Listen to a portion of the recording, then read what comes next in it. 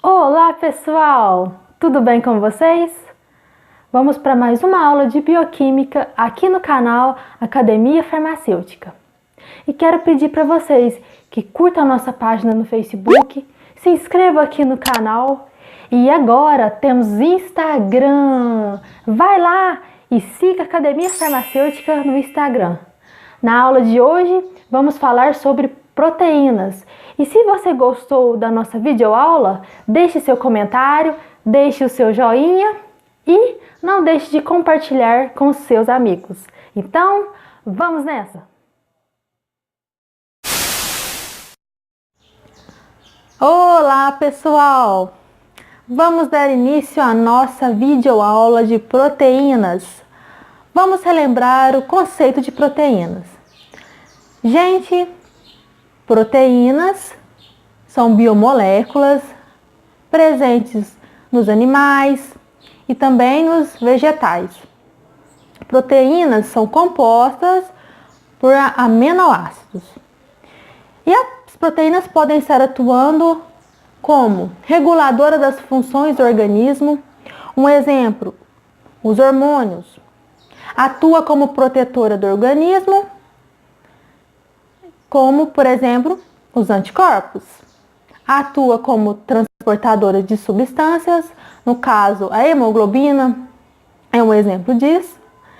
Participa como catalisadora, que no caso são as enzimas. E são também componente estrutural. Um exemplo, queratina, que faz parte do nosso cabelo. As proteínas miosina e actina, que estão presentes nos nossos músculos, certo? Agora, pessoal, vamos falar sobre a classificação das proteínas.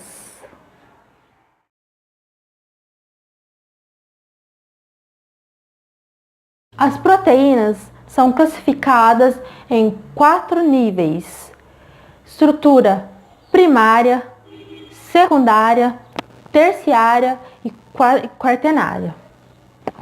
E aí? Gente, a estrutura primária de uma proteína se refere à sequência de aminoácidos.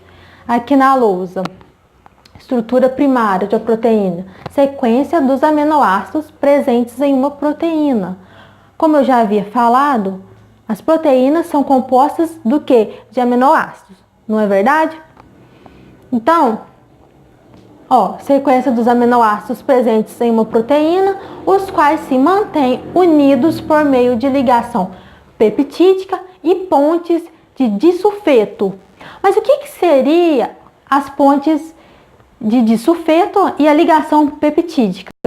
A ligação peptídica é a ligação entre um grupo funcional carboxila com um grupo funcional amino, certo? E as pontes de disulfeto são ligações entre enxofre e enxofre.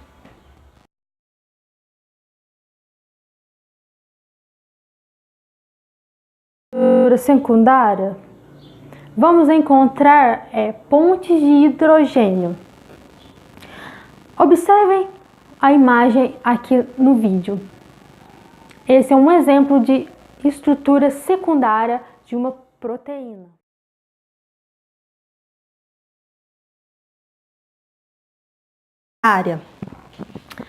Este tipo de configuração consiste em um enovelamento de cadeias polipeptídicas em configuração secundária. Ou seja, vai ser essa estrutura é como se a estrutura secundária elas se juntassem, né, e formassem a estrutura terciária.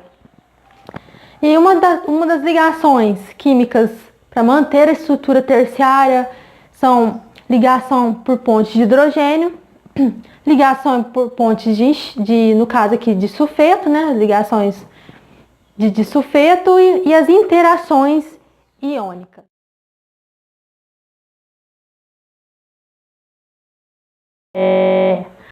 A configuração quaternária consiste na união ou associação de cadeias proteicas terciárias, ou seja, a estrutura quaternária é a união de cadeias terciárias. Vou colocar como exemplo, gente, a hemoglobina. Eu não sou boa para desenhar, então eu coloquei uma imagem para vocês no vídeo, a imagem da estrutura da hemoglobina. Aqui no quadro eu desenhei uma estrutura. Então, a hemoglobina ela é composta por quatro cadeias polipeptídicas. Então, aqui no caso, ó, uma cadeia, 2, 3, 4 cadeias. Na hemoglobina, cada cadeia está ligada a um grupo chamado grupo M, que seriam essas bolinhas vermelhas. E nesse grupo M fica um átomo de ferro, e esse átomo de ferro vai se ligar, né, ao oxigênio. E como todos sabemos, a hemoglobina é uma proteína que é responsável por transportar oxigênio no nosso organismo.